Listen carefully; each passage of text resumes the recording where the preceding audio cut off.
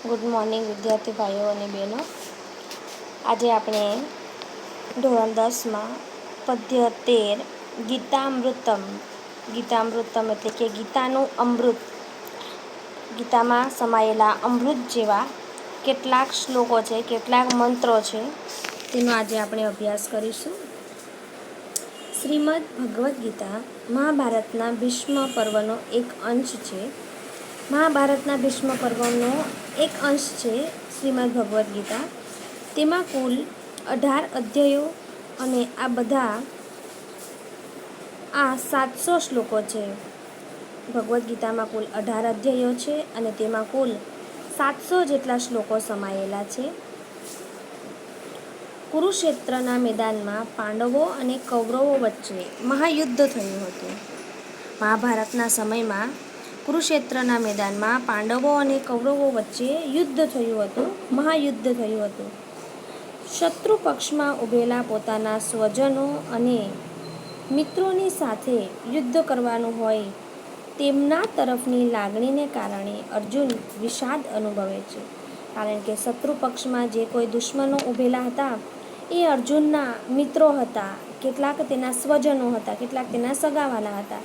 જેથી તેની સાથે યુદ્ધ કરવા માટે અર્જુન થોડુંક દુઃખ અનુભવતો હતો, અર્જુન વિષાદ અનુભવતો હતો. વળી સ્વજનો સાથેના યુદ્ધના પરિણામોથી ડરી જઈને યુદ્ધ કરવાનો વિચાર પણ તે પડતો મૂકે છે. અને ઘણીવાર તો કે સ્વજન સાથેના યુદ્ધથી શું પરિણામ આવશે, કદાચ તેઓને મારી નાખશે, કદાચ પોતાના પક્ષનું નુકસાન થશે, આવા વિચારોથી પણ ડરી જઈને તે યુદ્ધ કરવાનો વિચાર પડતો મૂકી દેતો હતો, ના પાડતો હતો યુદ્ધ કરવાની. ત્યારે અર્જુનના સારથી તરીકે રહેલા ભગવાન શ્રી કૃષ્ણ તેને કર્તવ્ય અને અકર્તવ્યનો ઉપદેશ આપે છે. ત્યારે અર્જુનના સારથી તરીકે ભગવાન શ્રી કૃષ્ણ હતા, તે અર્જુનને શું કરવું જોઈએ અને શું ન કરવું જોઈએ, કર્તવ્ય શું છે અને અકર્તવ્ય શું છે, તેનો ઉપદેશ આપે છે. શ્રી કૃષ્ણનો આ ઉપદેશ ભગવદ્ ગીતા તરીકે અખિલ વિશ્વમાં પ્રસિદ્ધ થયેલો છે.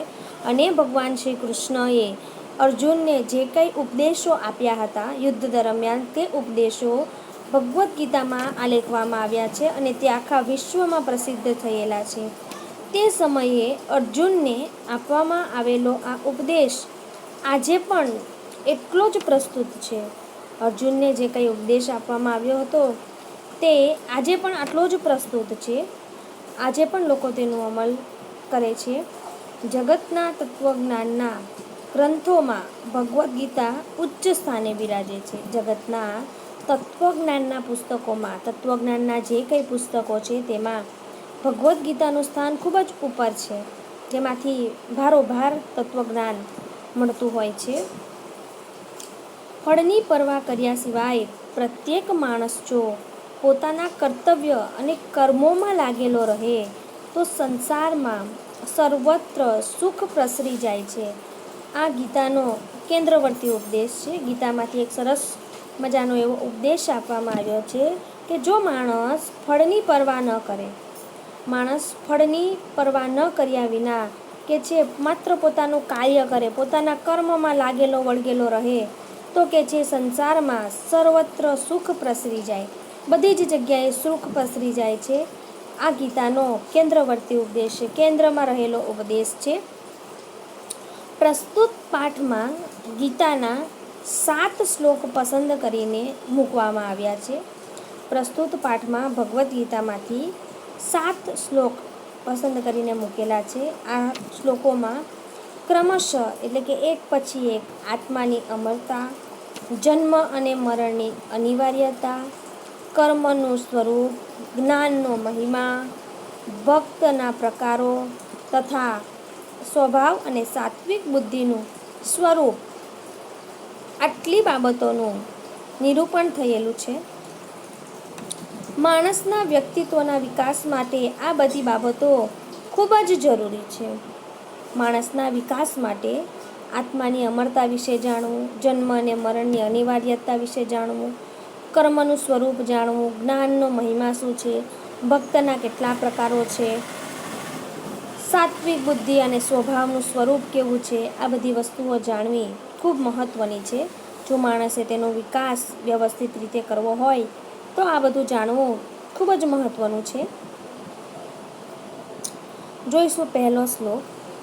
ન જાયતે મ્રિયતે વા કદાચિ ન્યાયમ ભૂત્વા ભવિતા વા ન ભૂયમ અજો નિત્યમ સાક્ષાત્તોડયમ પુરાણો ન હન્યતે હન્યમાને શરીરે. સરસ મજાનો એવો શ્લોક છે વિદ્યાર્થી મિત્રો. તેમાં કહેવામાં આવ્યું છે કે ન જાયતે એટલે કે જન્મતો નથી, મ્રિયતે એટલે કે મરતો નથી, વા કદાચિત એટલે કે ક્યારે પણ, આત્મા વા કદાચિત એટલે ક્યારે પણ. આત્મા શબ્દ એ આંતરિક શબ્દ છે, વાપર્ય છે, શ્લોકમાં આપવામાં આવ્યો નથી વિદ્યાર્થી મિત્રો. આપણે તે શબ્દ જેમ કૌંસમાં વાપરીએ તે રીતે વાપરવાનો છે. મૂળ શબ્દ હોવા છતાં પણ આ શ્લોકમાં દેખાતો નથી, જેનો આપણે ઉપયોગ કરવાનો છે. આત્મા વા કદાચિ એટલે કે ક્યારે પણ જન્મતો નથી, ના જાયતે એટલે કે આત્મા ક્યારે પણ જન્મતો નથી, મ્રિયતે વા કે કદી મરતો નથી. આત્મા કદી પણ જન્મતો નથી કે મરતો નથી. ન્યાયમ ભૂત્વા એટલે કે આ થઈને એકવાર થઈ ગયો છે. ભવિતા વા ન ભૂયમ એટલે કે એકવાર થઈ ગયો છે.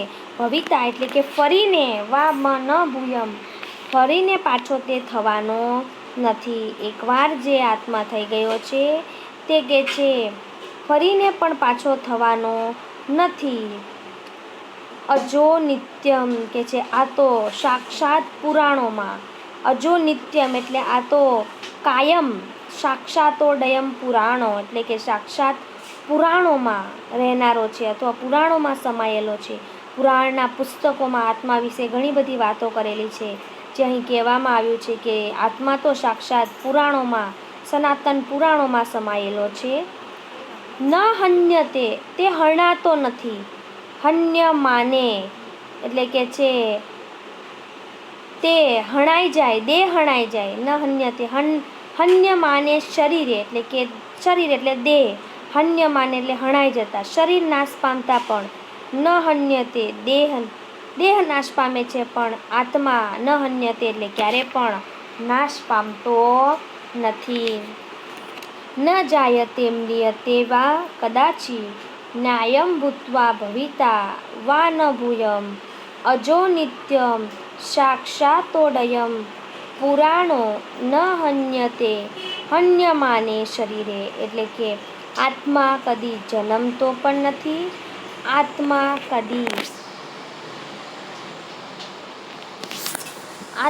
કદી જન્મતો પણ નથી, આત્મા કદી મરતો પણ નથી, આત્મા કદી થતો પણ નથી કે છે આ આત્મા ફરી કદી થનારો પણ નથી. તે હંમેશા સાક્ષાત આ જન્મ પુરાણોમાં રહેનારો છે અથવા તો તે સનાતન પુરાણોમાં સદા રહેનારો છે. દેહ હણાઈ જતા પણ આત્મા ક્યારે હણાતો નથી, આત્મા ક્યારે જન્મતો પણ નથી, આત્મા ક્યારે મરતો પણ નથી, આત્મા ફરીને પાછો ક્યારે થતો પણ નથી. તે સાક્ષાત પુરાણોમાં સનાતન સમાયેલો અથવા તો રહેનારો છે. શરીર હણાઈ જતાં પણ, શરીર મૃત્યુ પામતા પણ તે ક્યારે પણ મૃત્યુ પામતો નથી, તે ક્યારે પણ હણાતો નથી. ફરી એકવાર જોઈ લઈશું. આત્મા કદી જન્મતો પણ નથી, આત્મા કદી મરતો પણ નથી, આત્મા થઈને ફરી ક્યારે થતો પણ નથી અને આ સનાતન પુરાણો આ જન્મમાં સદા રહેનારો છે. દેહ હણાઈ જતાં પણ તે ક્યારે હણાતો નથી. હા, ત્યાર પછી આપણે બીજો શ્લોક જોઈશું.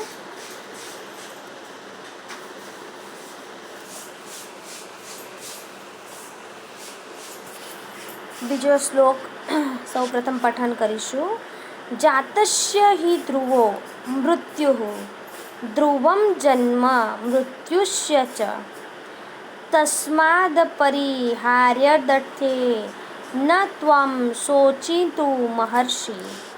ખૂબ સરસ મજાની એવી વાત કરવામાં આવી છે વિદ્યાર્થી મિત્રો, કે જાતસ્ય એટલે કે જન્મેલો, ઉત્પન્ન થયેલાનું, હિ ધ્રુવો મૃત્યુસ્યુ એટલે કે તેનું મરણ, ધ્રુવમ એટલે નિશ્ચિત, ચોક્કસ છે, ધ્રુવમ એટલે કે નિશ્ચિત છે, જન્મ મૃત્યુશ્ચ જન્મેલાનું મૃત્યુ પણ નિશ્ચિત છે. એ છે જે જન્મેલાનું, ઉત્પન્ન થયેલાનું મરણ નિશ્ચિત છે, તેમ મૃત્યુ પામેલાનું જન્મ પાછો નિશ્ચિત છે. જે મૃત્યુ પામે છે તેનો પૂર્વ જન્મ નિશ્ચિત છે, અને જે જન્મેલો છે તેનું મરણ નિશ્ચિત છે. તસ્માદ પરિહાર્યંથે કે છે, તસ્માદ એટલે કે તેથી, અપરિહાર્ય એટલે કે ટાળી ન શકાય તેવી બાબતમાં, એટલે કે તેથી જેને ટાળી ન શકાય, જન્મ અને મૃત્યુને ક્યારે પણ આપણે ટાળી શકાતું નથી. તે સત્ય સનાતન ઘટના છે, તેમાં કોઈ પણ છોડબાંધ કરી શકાતા નથી કે છે. તે દરેકના જીવનમાં એક બનનારો પ્રસંગ છે, તેમાંથી કોઈ બાકાત થઈ શકતું નથી, તેને ટાળી શકાતું નથી કે છે. મહાભારતના યુદ્ધમાં જ્યારે અર્જુન સામા પક્ષને મારવાથી બીતો હતો કે સ્વજનોનું મૃત્યુ થઈ જશે, ત્યારે શ્રી કૃષ્ણ તેને આ શ્લોક સમજાવે છે કે જન્મ અને મૃત્યુ બધાનું નિશ્ચિત જ છે કે છે, તે થવાનું જ છે, એ તું ચિંતા ન કર કે છે, અને તું વાર કર. જે જન્મે છે તેનું મૃત્યુ નિશ્ચિત છે, અને જે મરે છે તેનો પાછો જન્મ પણ થાય છે કે છે. તેથી આ બાબતમાં તારે કે છે ન ત્વમ એટલે કે તારે શોક ન કરવો, શોચિતું મહર્ષિ એટલે કે તારે શોક કરવો જોઈએ નહીં. ફરીથી એકવાર જોઈશું શ્લોકને. પહેલી લીટી જોઈશું આપણે પહેલાં. જાતસ્ય હિ ધ્રુવો મૃત્યુ એટલે કે જે જન્મે છે તેનું મૃત્યુ નિશ્ચિત છે. ધ્રુવમ જન્મ મૃત્યુશ્ચ જે જન્મે છે તેનું મૃત્યુ નિશ્ચિત છે. જન્મેલાનું ખરેખર મરણ નિશ્ચિત છે, અને જે મૃત્યુ પામે છે તેનો જન્મ નિશ્ચિત છે. પછી તસ્માદ પરિહાર્યંતે એટલે કે તેથી આવી બાબતમાં, ત્વમ એટલે કે તારે, શોચિતું મહર્ષિ તારે શોક કરવો જોઈએ નહીં. જોઈશું આખા શ્લોકનું ભાષાંતર. જન્મેલાનું ખરેખર મરણ નિશ્ચિત છે, અને મૃત્યુ પામનારનો જન્મ નિશ્ચિત છે, તેથી ટાળી ન શકાય તેવી બાબતમાં તારે શોક કરવો જોઈએ નહીં. ભગવાન શ્રી કૃષ્ણ અર્જુનને આ શ્લોક, આ અમૃત જેવા શ્લોકનું જ્ઞાન સમજાવે છે, અર્થ સમજાવે છે કે તું બેફિકર યુદ્ધ કર કે છે. જે જન્મે છે તે મૃત્યુ પામે છે, ને મૃત્યુ પામે છે તેનો પાછો જન્મ પણ થાય છે. તેથી આ બાબતમાં તું શોક કરીશ નહીં, દુઃખ વ્યક્ત કરીશ નહીં કે છે. તારે આ વસ્તુ ટાળી શકાય એવી નથી, આવનારાનું મૃત્યુ થાય જ છે કે છે. તેથી તું વિના શોકે, વિના કોઈ દુઃખે કે છે યુદ્ધ કર. આ શ્લોક પૂર્તિમાં પણ પૂછાય છે. અહીંયા મેં ટીક માર્ક પણ કરેલો છે કે શ્લોક પૂર્તિમાં આ શ્લોક ઘણીવાર પૂછાતો હોય છે. આ શ્લોક પૂર્તિ માટે પાકો કરવાનો છે વિદ્યાર્થી મિત્રો.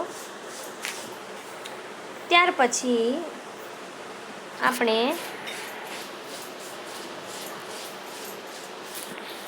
શ્લોક નંબર 3 જોઈશું. કર્મણ્યેવાધિકારસ્તે મા ફલેષુ કદાચન મા કર્મફલહેતુર્ભૂ મા તે સંજ્ઞોડસ્ત્વ કર્મણિ. અર્થ વિસ્તારમાં આ શ્લોક અર્થ વિસ્તાર માટે ખૂબ મહત્ત્વનો છે. આ શ્લોક અર્થ વિસ્તારમાં પૂછાતો હોય છે. 2 માર્ક્સમાં આવે છે અર્થ વિસ્તાર, કે આ શ્લોકનો અર્થ વિસ્તાર સમજાવો. તો ઘણી બધા ઉદાહરણો પણ લખી શકાય છે.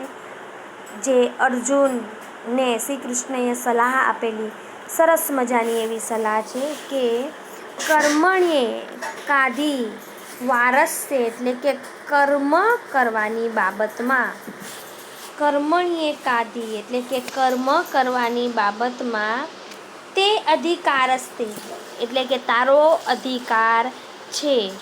માં ફલેષુ કદાચ એટલે કે ફળની બાબતમાં ક્યારે પણ નહીં. કર્મ કરવામાં તારો અધિકાર છે, ફળની બાબતમાં ક્યારે પણ નહીં. માં કર્મ ફલભૂ એટલે કે કર્મના ફળની ઈચ્છાવાળો તું ક્યારે પણ થઈશ નહીં. માટે સંગડ સત્વકર્મણી અને કર્મ ન કરવામાં તારી ગતિ પણ ક્યારે ન થાવો. શ્રી કૃષ્ણ અર્જુનને ખૂબ સરસ મજાની એવી સલાહ આપે છે કે હે અર્જુન, કર્મ કરવાનો તારો અધિકાર છે. ભગવાને તને આ પૃથ્વી પર મોકલ્યો છે તો કે છે કર્મ કરવા માટે, તે તારો અધિકાર છે. તું કર્મ કરવા માટે ફળની અપેક્ષા ક્યારે પણ ન રાખીશ. વિના ફળની અપેક્ષાએ તું તારું કર્મ કરજે તો કે છે ફળ તને આપોઆપ પ્રાપ્ત થશે. માં કર્મ ફલ હેતુહુ શ્રી કૃષ્ણ અર્જુનને કહે છે તું ક્યારે પણ ફળની ઈચ્છાવાળો થઈશ નહીં, અને કર્મ ન કરે એવો પણ તું ક્યારે ન થતો કે છે. તું ક્યારે પણ કર્મ કરજે પણ ફળની અપેક્ષાવાળો ન થતો, અને કર્મ ન કરવામાં પણ તારી ગતિ ક્યારે ન થવી જોઈએ કે છે. કર્મ કરવાનું જ છે પણ ફળની અપેક્ષા વિના કરવાનું છે.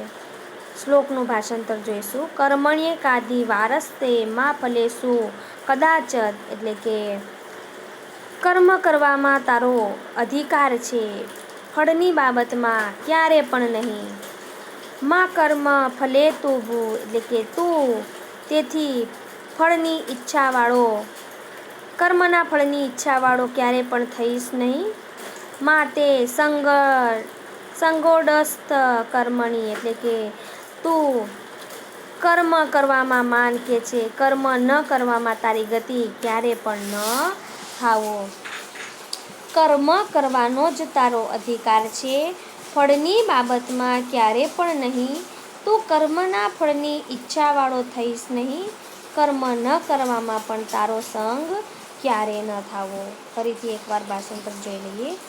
કર્મ કરવામાં જ તારો અધિકાર છે, ફળની બાબતમાં કદી પણ નહીં. તું કર્મના ફળની ઈચ્છાવાળો થઈશ નહીં, અને કર્મ ન કરવામાં પણ તારો સત્સંગ ક્યારે પણ ન થાવો.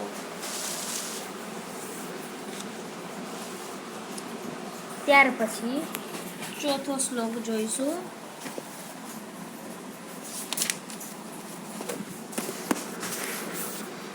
શ્રદ્ધાવાન લાભતે જ્ઞાનમ તત્પરમ.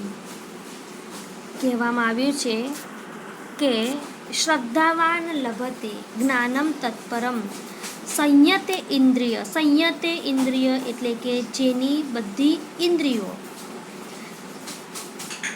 કાબૂમાં હોય. શ્રદ્ધાવાન લભતે એટલે કે જેની તમામ ઇન્દ્રિયો કાબૂમાં હોય તે શ્રદ્ધાવાન પુરુષ જ્ઞાનમ તત્પરમ એટલે કે જ્ઞાન પ્રાપ્ત કરી શકે છે. સંયતે ઇન્દ્રિય એટલે કે જેની બધી ઇન્દ્રિયો કાબૂમાં હોય તેવો શ્રદ્ધાવાન લાભતે એટલે કે શ્રદ્ધાવાન પુરુષ જ્ઞાનમ તત્પરમ જ્ઞાન પ્રાપ્ત કરી શકે છે. જ્ઞાનમ લબ્ધવા જ્ઞાન પ્રાપ્ત કરીને, પરા એટલે કે પરમ શાંતિમચિરે ના દિગચ્છતિ જ્ઞાન પ્રાપ્ત કરીને ટૂંક સમયમાં તે શાંતિ પ્રાપ્ત કરે છે, પરમ શાંતિ પ્રાપ્ત કરે છે. શ્રદ્ધાવાન લભતે જ્ઞાનમ તત્પરમ સંયતે ઇન્દ્રિય એટલે કે જેની બધી ઇન્દ્રિયો કાબૂમાં હોય તેવો શ્રદ્ધાવાન પુરુષ જ્ઞાન પ્રાપ્ત કરે છે. જ્ઞાનમ લબ્ધવા એટલે કે જ્ઞાન પ્રાપ્ત કરીને પરા શાંતિમચી રેણાધિગચ્છતિ, તે જ્ઞાન પ્રાપ્ત કરીને ટૂંક સમયમાં જ પરમ શાંતિ પામે છે. જેની બધી ઇન્દ્રિયો, અહીંયાથી ભાષાંતર લેવાનું છે, જેની તમામ ઇન્દ્રિયો કાબૂમાં હોય છે તેવો શ્રદ્ધાવાન પુરુષ, પોતાની બધી ઇન્દ્રિયો જેની કાબૂમાં છે તેવો શ્રદ્ધાવાન પુરુષ જ્ઞાન પ્રાપ્ત કરે છે. જ્ઞાન પ્રાપ્ત કરીને તે ટૂંક સમયમાં જ પરમ શાંતિ પામે છે. જેની તમામ ઇન્દ્રિયો કાબૂમાં હોય તેવો શ્રદ્ધાવાન પુરુષ જ્ઞાન પ્રાપ્ત કરે છે. જ્ઞાન પ્રાપ્ત કરીને તે ટૂંક સમયમાં જ પરમ શાંતિ પામે છે. આ અર્થ વિસ્તારમાં પૂછાય છે વિદ્યાર્થી મિત્રો. આ શ્લોક પણ અર્થ વિસ્તાર માટે મહત્વનો છે અને તેના પછીનો શ્લોક આ પણ અર્થ વિસ્તાર માટે ખૂબ જ મહત્વનો છે. અર્થ વિસ્તાર માટે આ શ્લોક પાકા કરી નાખવાના છે. જોઈશું ત્યાર પછીનો શ્લોક અર્થ વિસ્તાર માટે. શ્લોક નંબર 5.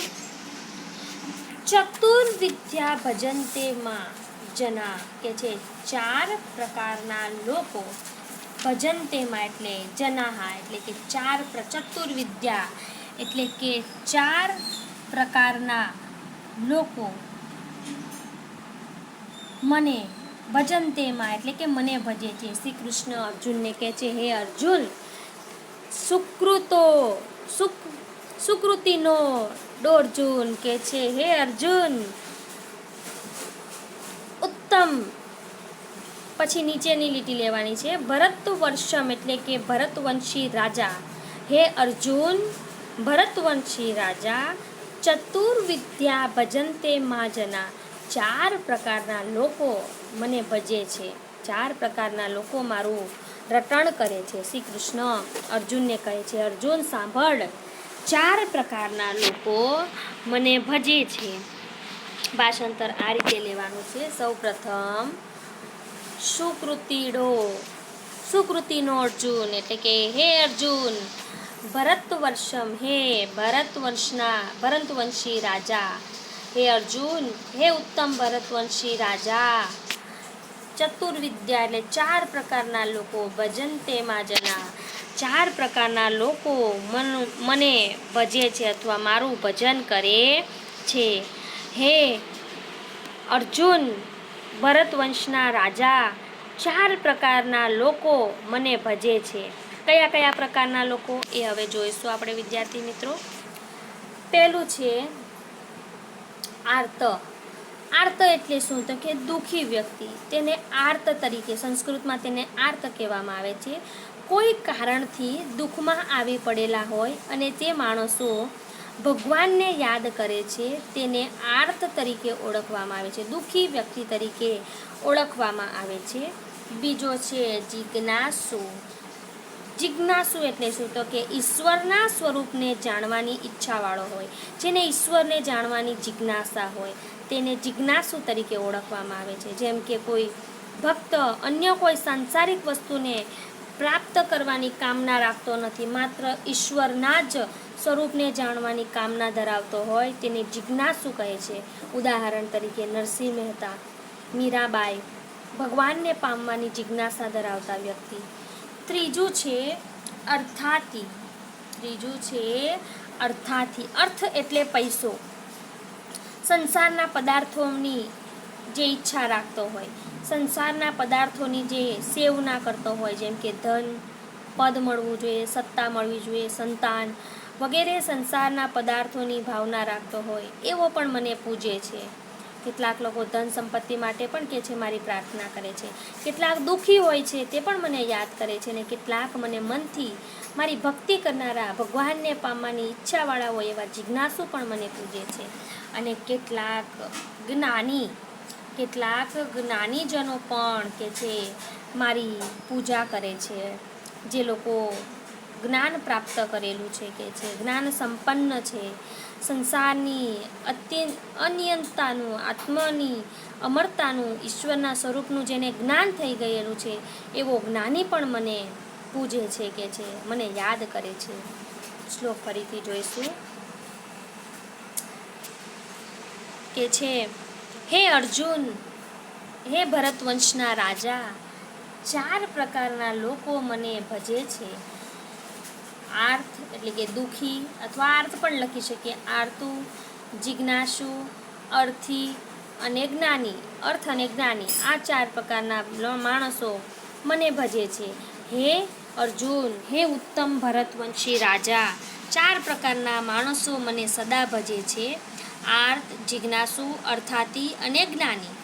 4 પ્રકારના લોકો મને ભજે છે. સરસ મજાનો એવો શ્લોક છે. અર્જુનને કહે છે કે અર્જુન, 4 પ્રકારના લોકો કે છે મારું ભજન કરે છે, 4 પ્રકારના લોકો મને સમયે સમયે યાદ કરે છે કે છે. હે અર્જુન, હે ભરતવંશના રાજા, 4 પ્રકારના લોકો સદા મને ભજે છે. આર્થ, જિજ્ઞાસુ, અર્થાતી અને જ્ઞાની. અર્થ વિસ્તારમાં પણ આ શ્લોક પૂછાય છે. ત્યાર પછીનો જે શ્લોક છે એ શ્લોક પૂર્તિમાં પૂછાય છે વિદ્યાર્થી મિત્રો. ત્યાર પછીનો જે શ્લોક છે એ શ્લોક પૂર્તિ માટે પાકો કરવાનો છે. જોઈશું યસ્માન્નો દ્વિજ્યતે લોક કે છે, યસ્માન્નો દ્વિજ્યતે એટલે કે જે લોકો દ્વારા ઉદ્વેગ પામતો નથી. ઉદ્વેગ પામવું એટલે હેરાન થવું. જે લોકોથી કે પ્રાણીઓથી હેરાન થતો નથી. લોકાદ્વિજ્યતે યચ્ચ, અને લોકો જેનાથી હેરાન થતા નથી. જે લોકોથી હેરાન થતો નથી અને જે પોતે લોકોથી સંતાપ કે ઉદ્વેગ પામતો નથી, જેનાથી લોકો હેરાન થતા નથી. જે માણસથી સામેના માણસો હેરાન થતા નથી અને સામેના માણસો દ્વારા પોતે જે હેરાન થતો નથી એવો હર્ષ એટલે કે આનંદિત રહેનારો, હર્ષમય ભયોદ્વેગે એટલે કે આમ હર્ષ એટલે કે આનંદવાળો, અસહનશીલતાવાળો, ભય અને ઉદ્વેગથી મુક્ત થયેલો, હેરાન ન થનારો એ મને પ્રિય છે. શ્રી કૃષ્ણ કહે છે મને એવો વ્યક્તિ પ્રિય છે જે હંમેશા આનંદમાં રહે છે, જે અસહનશીલતાવાળો નથી, જે ભયવાળો નથી, જે લોકોથી હેરાન થતો નથી, ઉદ્વેગ પામતો નથી. આવો વ્યક્તિ મને પ્રિય છે કે છે. યસ્માન્નો દ્વિજ્યતે એટલે કે લોકો જેનાથી હેરાન થતા નથી. લોકાન દ્વિજ્યતે ચય, અને લોકોથી હેરાન થતો નથી, જેનાથી લોકો પણ હેરાન થતા નથી અને પોતે લોકોથી હેરાન થતો નથી એવો હર્ષ, અસહનશીલતા, ભય અને ઉદ્વેગથી મુક્ત થયેલો હોય, આ બધાથી દૂર હોય કે છે, એ જ વ્યક્તિ મને પ્રિય છે. શ્રી કૃષ્ણ કહે છે મને આવો વ્યક્તિ પ્રિય છે જેનાથી લોકો હેરાન થતા નથી અને લોકોથી એ હેરાન થતો નથી. અસહનશીલતા જેનામાં નથી, હંમેશા આનંદમાં રહેતો હોય, ભય જેના જીવનમાં નથી અને જે લોકોથી હેરાન થતો નથી એવો મુક્ત થયેલો વ્યક્તિ મને પ્રિય છે કે છે. છેલ્લો શ્લોકનું ભાષાંતર જોઈશું. પ્રવૃત્તિ ચ નિવૃત્તિ કે છે બુદ્ધિ કે છે. હે પાર્થ, પહેલા આપણે છેલ્લી લીટી લેવાની છે વિદ્યાર્થી મિત્રો. સા પાર્થ સાત્વિકી બુદ્ધિ કે છે. હે અર્જુન, હે પાર્થ એટલે કે અર્જુન, જે બુદ્ધિ, હે પાર્થ, હે અર્જુન, જે બુદ્ધિ પ્રવૃત્તિ ચ નિવૃત્તિ, પ્રવૃત્તિ અને નિવૃત્તિ, કાર્ય એટલે કે કર્તવ્ય અને અકર્તવ્ય, ભયાભયે એટલે કે ભય અને અભય, બંધન મોક્ષ, બંધન અને મોક્ષ ને જાણે છે. આ બધી જ વસ્તુઓ જે જાણે છે કે પ્રવૃત્તિ કઈ કરવી, નિવૃત્તિ કઈ અટકાવવી, કયું કાર્ય કરવું, કયું કાર્ય ન કરવું, ભય કોને કહેવાય, અભય કોને કહેવાય, ક્યાં ભય પામવો, ક્યાં ભયથી પર થવું, ક્યાં તે લોકોની મદદે આવવું, બંધન કોને કહેવાય, મોક્ષ કોને કહેવાય. યો વેતે બુદ્ધિ, જે આ બધું જાણે છે તે સાત્વિક બુદ્ધિ છે.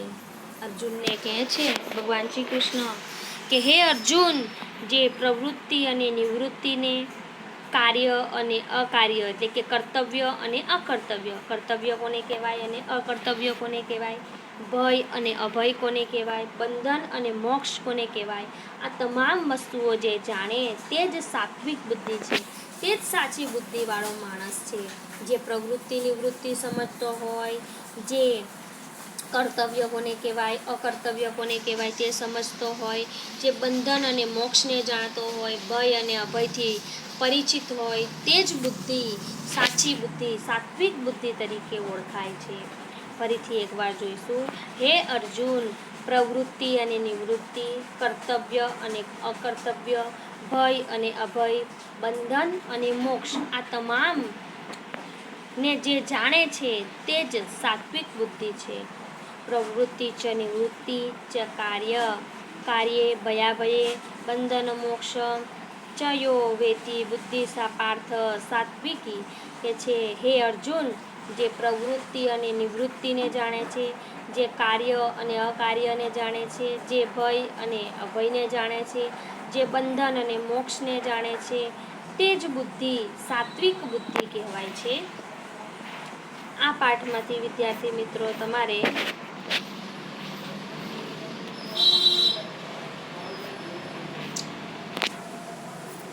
શું લખવાનું છે તે થોડું જણાવી દઉં તમને.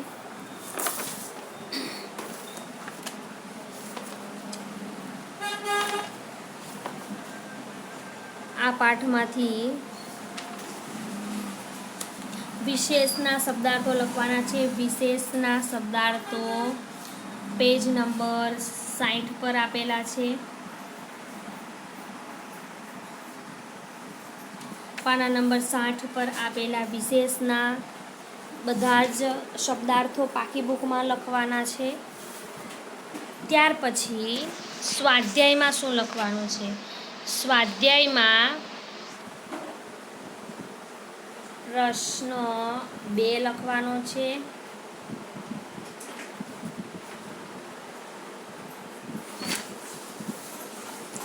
અને